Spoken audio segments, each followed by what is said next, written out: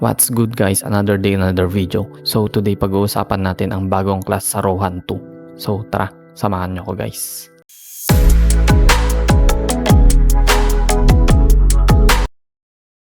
Okay, andito na tayo sa character creation guys. At ngayon susubukan natin ang bagong class sa Rohan 2. Yung Dark Elf class guys, nasa pang-anim siya na slot. At meron siyang gender na pagpipilian guys, male and female.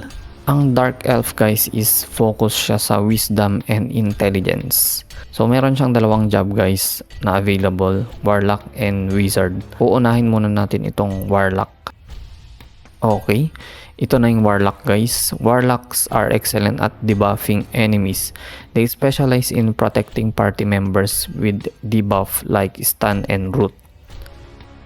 Andito tayo ngayon sa skill preview ngayon guys. So ito yung una niyang skill guys. A curse, increase rate by 100% and deals 206 magical damage to the target.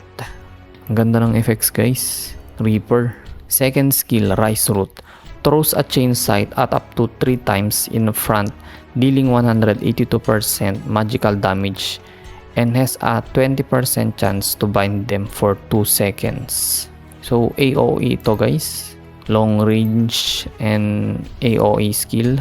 Third skill, magic mirror, returns damage equals to 20% of your attack to enemies for 10 seconds and applies a shield equal to 5 times your wish to yourself for 5 seconds. Shield ito guys na meron siyang return damage.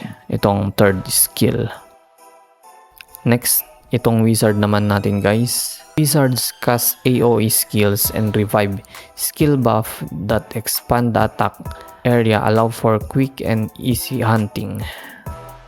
First skill, Ring Burst, deals 192% magical damage to 3 nearby enemies. AOE skill din to guys, pero parang close range siya. Next, second skill, Oblivion Road, strikes the target with your weapon, dealing 222% magical damage and reducing their magical defense by 40 for 3 seconds.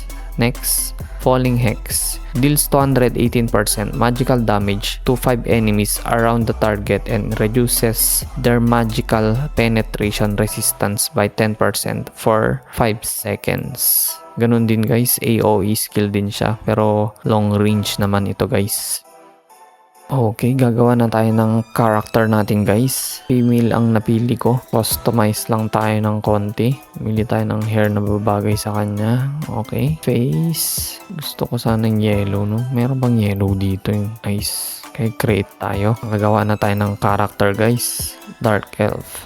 Enter na tayo sa game. Ang pros sa akin sa Dark Elf Warlock is continuous damage, maganda sa farming, nakaka-pressure siya sa PvP.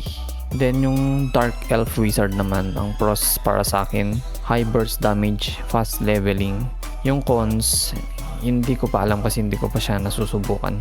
So ayun lang guys, pinakita lang natin yung bagong class dito sa Rohan 2. Once again, this is Rohan 2. Peace.